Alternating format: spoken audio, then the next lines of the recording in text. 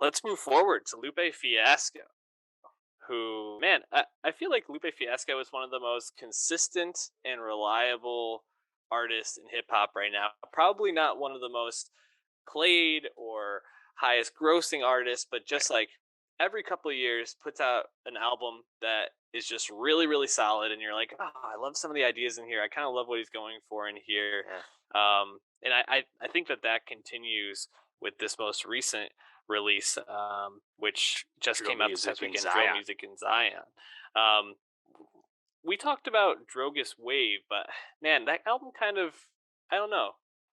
I don't know. It just doesn't like it doesn't sit with me the way it did in that time, and I'm wondering why maybe it didn't age with me as well as I thought it would. I Mhm. don't know if it aged poorly. It just hasn't really like been an album I come back to. Do you find yourself listening to Drogus Wave a lot? Yeah, well, I think Drogus Light, Drogus Wave, and now this new album, his eighth album, Drill Music in Zion, they're all kind of a piece. And you could throw in the House EP he made with Kalen Ellis from 2020 as well. All these recent, like late period uh, Lupe records, I kind of think about them all in the same way because Lupe has really found himself in terms of the intent behind his lyrics. It doesn't mean the lyrical message of his songs always lands or is always 100% like well communicated, but he's very clearly has a point of view on things, and you know that if you follow him online, like he has things to say, and he's gonna go about them. He's gonna talk about them, and I think Drogus Wave, there's a lot of like high-minded, big thoughts. Stuff we would associate with like To Pimp a Butterfly, Kendrick Lamar, or something. In terms of race relations and like the history of slavery and all kinds of things, honestly. And I think sometimes Lupe, those ideas might get in the way of like enjoying the song, but on other songs too, or maybe he uh, takes a step back from that, you get something that's so brilliant, like Stack That Cheese off Drove Us Mm, Wave, which was a amazing banger, but also a really right. thoughtful sequel song to Hip Hop Saved My Life, one of the biggest and most celebrated songs of Lupe's early career, right?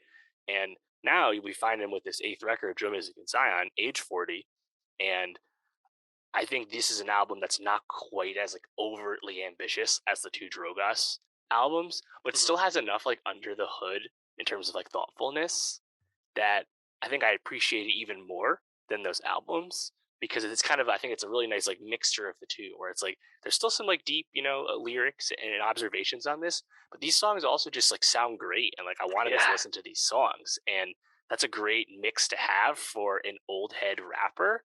And honestly, like Lupe, a forefather of Chicago hip hop, I would love if the most famous forefather of Chicago hip hop was still this competent with his words, because Lupe certainly is. Yeah. You basically summed up my thoughts on this well, which is like Lupe is obviously just I think one of the most thoughtful rappers out there right now, and just always kind of putting as much into his projects as I think he can. But it felt like he almost just was like, I just want to make an album that has meaning, but just really is like smooth and like fun to play back. And I really just found myself bouncing the whole time listening to this. I really, other than I think the first track, which is like a spoken word type thing, but kind of sets the tone for everything. I thought that this was a really, really strong album and one that was just like fun to sit with. And it's interesting because I look at like where I kind of dropped off from Lupe, and it was probably like maybe right after Lasers, and then he has that like 4 year layoff from making music. Now we've gotten 3 albums in the last 5 years, and it's just like nice to see him kind of back making music that is like fun to listen to again and just feels so confident and like so grounded. It feels like he's really found his stride at this point in his career. Right, and I think he's so far removed from the Lasers era, both before and after, in terms of issues with the label, but also trying to make more pop, mainstream commercial music. Mhm. You know, the show goes on is Yeah. so different from all these late period Lupe records. But I think everything's Tetsuo and Youth in 2015. I think it's where he really started to find himself, and I still think Tetsuo and Youth is probably the best of the these late Lupe records and one of his best albums. But I think drill music and Zion, it's such an awesome like distillation. Like he really kind of refined what he's been up to, and I think it's a awesome. It's a short listen, but like it's an awesome like I think entry point for this era of Lupe. And even though it's short, 10 tracks, 40 minutes, he has a lot on this because he's so talented. There's so many varied flows, but also varied production styles, and he's also while giving you all these kind of observations and lyrical thoughts, and it's just quite impressive. So I think more than anything, though, I'm just excited that there's a lot of songs here that I want to hear again, just as singles. I think one of the first songs that really like caught my eye was the third track, Autobato, Yeah. which has just a banger nature to it as a rap song. But his flow on that is so awesome and so unique from anything else he's been doing lately. And there's still like all this really smart, witty wordplay on the song too. And if you actually like you're like a hardcore Lupe head, like, oh wait, no, this is Lupe bringing us back to the Carrera alter ego of his past too. So it's like super rewarding if you're like a Lupe like OG hardcore fan too. But if you're not, it doesn't matter because it's just a banger. It sounds great. This is one of those tracks where you can just see it being played at a live show and just everybody bouncing around to it and just like really getting in the zone for the rest of the concert. Yeah, I agree. Autobotto is great. I really even like Gotti, the track Yeah. right before it. It Hmm. feels like when you think about early Lupe and what really drew people to him, things with like kick push really like brought in was like one of the first like jazz rap songs of that era that I think people were like, "Ooh, these two things really like mesh together really well." Yeah. And you just hear him like really killing that sound on Gotti. It's just so smooth. He sounds amazing. Over the track, other tracks he's a little bit more washed out in terms of his vocals, and this he's just like right at the top, very crisp. What other tracks stood out to you? Yeah, I liked along those lines with Gotti. I really liked Naomi, just because Yeah. that's just a dusty ass jazz rap song, so Mhm. different from Autobahna. But I kind of liked his wordplay about going to Roxbury, seeing the Malcolm X house, stuff like that. Um, Miss Mural, I think, is quite notable, just because kind of continues the trend of course, his famous track Mural on Tetsuo and Youth, and then Mural Junior on Drogo's Wave, another entry in the Mural run. First one's still the best, obviously, but he really likes to kind of like rhyme his ass off on these mural tracks, which is always fun. Um, I thought the last track too was pretty cool on Phonem, on Phonem, which I mean, I forget how he says it, but rappers die too much.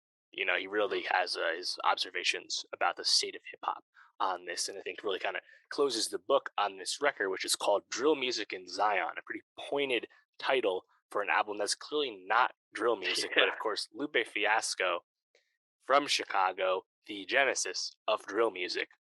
10 plus years ago at this point, him kind of talking about the not just saying rappers die too much, but I think kind of like bringing it all together in a lot of the themes and thoughts that he often shares about kind of like the commercialization and over consumerism of art, and about how like when rappers are dead, they're kind of their deaths are used to sell posthumous releases that didn't even make. It's like he actually has some like poignant things to say about something like this. I was pretty impressed too with just like the fact that he could w- weave something in like this into the album and connect it directly to his kind of satirical title for the album as well. So yeah, overall, I was really impressed with this because I mean, just in general too, like 40-year-old rappers, we say this all the time. It's hit or miss for sure, but Lupe sounds just as sharp as ever on this, honestly. Yeah, going back to the lyrics on Fodem, I agree. I was really struck by. I think he said. I think the line is something like, "What's the difference between a life insurance plan and a posthumous album?" And I was Right. like, "Oh, like wow, that's like a really like pointed but like wonderful observation and way to put it." Yeah, I agree. I just really think he sounds really confident, really settled and grounded in this. And if you tuned out to Lupe after Lasers, I think you'll be pleasantly surprised to tune back in and see what he's been putting out the last few years. So, drill music in Zion, an album I think we recommend. Any last thoughts? Are you ready to switch over to TV. Just a quick note too, this album is completely produced by Soundtrack, who is also the producer of Kick Push and Superstar, of course, his two early hits, which is again just kind of a cool note for the OG fans there. But yeah, I mean this one was a blast. I was really pleasantly surprised by this. Definitely did not have expectations at this level for this album. But yeah, shout out Lupe.